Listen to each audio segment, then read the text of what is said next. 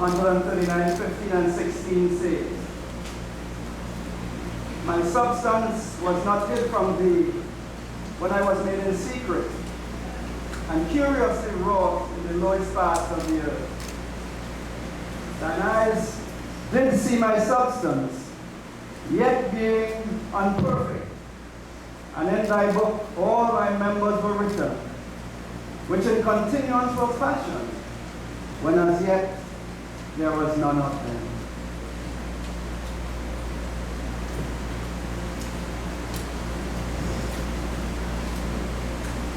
Richard Banfield and Shannon were married in 1995.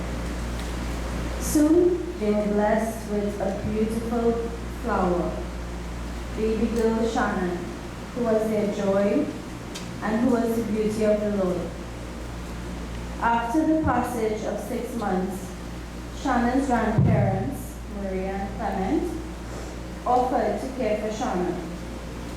Clement remembers that day clearly, when he took the 6-month-old baby in his arms, and he and Maria went to the little old car, and they started off from Port of Spain to their home in La Cana Rosa, Santa Cruz. For the most part, Shannon grew up in the home of her grandparents, with her aunts, Kayla and Ramdas, myself, Michelle, Lisa, and Anjello Toussaint. While Shannon lived with us, she was always around her parents. She lived in 2 homes, but as time went by, Shannon's permanent residence was at her grandparents and in the company of myself, Lisa, and Anjello. Shannon had a wonderful childhood. She used to ride her bike, play in the cold waters of the Cana River, which ran just alongside our house. She used to fly little chicky-chow kites that her grandfather would make for her, and always used to play in the yard. Maria and Clement, her grandparents, lived a life for the Lord as Seventh-day Adventist Christians, and brought up their children in His way. During Shannon's childhood, they attended the San Juan Seventh-day Adventist Church, where Shannon was offered up before the Lord by Pastor Scobie. From an early age, around the age of 5, it could be seen that Shannon was absorbing spiritual lessons in her life. She then began to attend San Juan Presbyterian School at the corner of Mission and Sarah Road, San Juan.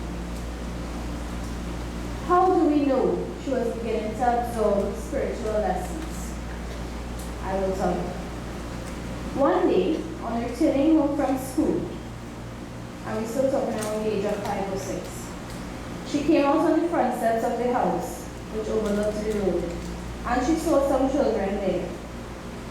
What prompted her, we do not know. But she blurted out to them, "Hallelujah! Hallelujah!" The children looked at her shocked and replied, "Shut up!" But she would not stop. She continued unfazed, shouting hallelujah. One time, around the age of 4, she was sitting on a little pan in the yard of the house, and her grandmother Maria came by. And randomly, Shannon said to Maria, pointing at the sky, "Mommy, you know Jesus is up there, and we are going there too." She came through the children's department of the church, which we refer to as the Children's Sabbath School, where she was taught the word of the Lord. One teacher who stood out in her life was teacher Lily Bruce.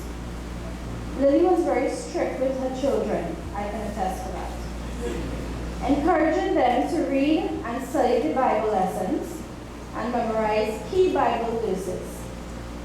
When the children's lessons were over and they returned to the larger assembly in the church, Shannon and her friend Abigail could be seen sitting exchanging comments about teacher Lily Bruce, one of which was how much they disliked this strict teacher. The day teacher Lily arranged for the children to preach in the larger congregation was a turning point in Shannon's life. From Shannon's preaching, it was evident that she loved the Lord and loved sharing his word. Teacher Lily Grew's purpose was now evident. The topics of Shannon's sermons were such a time as this, through the storm, we are his precious jewels, you must be born again. Shannon graduated from San Presbyterian School with the class of 2003 and went on to Astra Girls College in Tunapuna, where she taught the Astra Tunapuna students in CXC Art. To the front of her casket, you can see what she submitted for CXC. From Astra, she went on to the School of Business and Computer Studies, where she studied for business management. In all her student years, Shannon was well loved by her peers.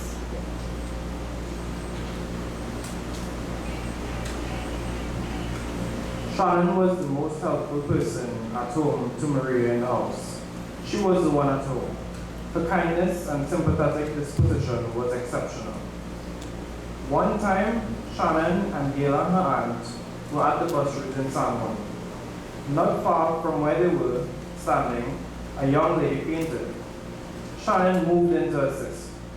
She lifted the young lady bodily according to Gaylan, crossed the road, placed her on a chair in the bus mall, and then proceeded to take the young lady's phone, called her mom, and then informed her of what happened to her daughter, and she waited until her mom arrived to pick her up. Another time, Shannon went to Tobago with Gaylan again and her nurse friends for a little holiday. At the guest house, due to arthritis and on the account of pain, one of the nurses was unable to climb the stairs. Shannon moved in to the rescue. She gave the nurse a kokioko, or as most of us would call it, a piggyback, and carried her up the stairs. I can imagine the laughter that erupted, and we who know Shannon know these are the things Shannon would do almost spontaneously, flashing her broad grin and shining, laughing eyes. This entire church knows about that time when Luke was sick in hospital. The church was in prayer. Shannon was ever present. Shannon was telling everyone to pray for Luke. She would not allow anyone to forget him in their prayers. We were upset with Shannon because she would dress and tell us that she was going to see Luke in the hospital. We were not upset because she was going to see Luke, but however, because of the fact that she was spending more hours in the hospital with Luke's family than with us at home. Daddy told his wife that he didn't know that Shannon was a professional counselor. We did not want Shannon to go out to work until she had completed her studies, but instead, she insisted that she wanted to get some working experience in the workplace. So she went to the OGT office and applied for a job, and she was assigned to RBC Roytech, Henry Street, Portersfield. Shannon was elated. She had her first job. Whether it was training or not, this did not matter. She was proud to dress and go to work every day. When she received her first paycheck on the 28th of September 2014, she gave Dad a gift of $100. Knowing my dad and how he cherishes what he receives, he made note on the bill with the date and who it came from, and even up to today, he still has that $100 bill. RBC did not last long, however, and she moved on to Home Construction Limited for a short period. Her next and most recent appointment was at Republic Bank, Independence Square, Portersfield. Throughout her work life, she made numerous friends, as her personality was addictive and people were always drawn to her. Shannon at church. Shannon loved to work for the Lord. This was her joy. She was very active in the church and preached also. She functioned this year as an assistant church clerk, Sabbath school secretary, and Sabbath school superintendent. For the next year, 2017, she was elected as the singles ministry leader and re-elected as assistant church clerk and Sabbath school superintendent as well.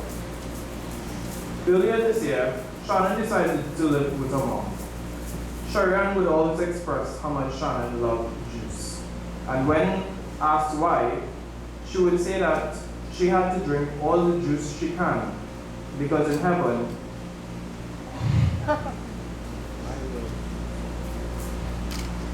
she would be eating from the tree of life, and there would be no more juice.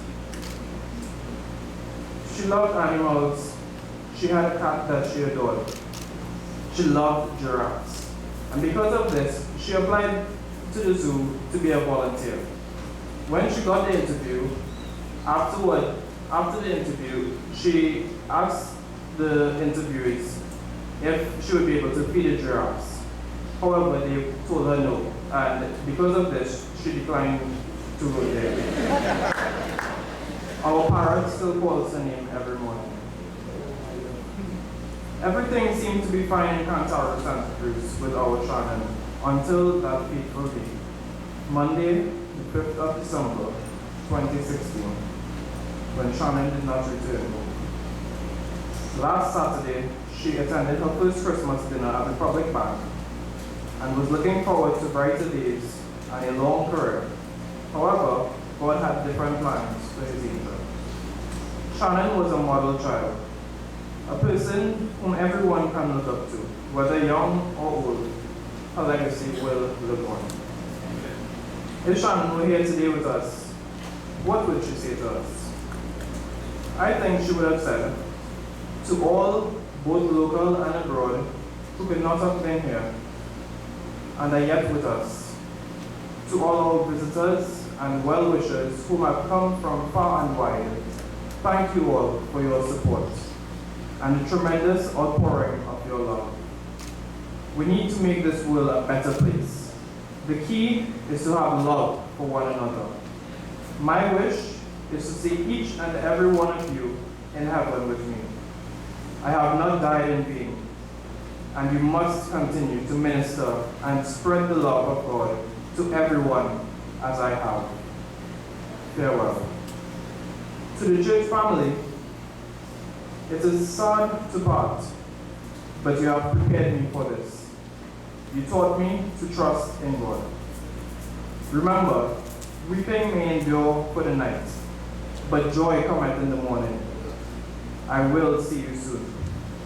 Farewell. To my family, I love you unconditionally, but I was sent here with a purpose. Wipe the tears off your face. Celebrate me as I have achieved what I came to do. I know I will see you again. The Lord keep you faithful. Farewell. Farewell. Farewell.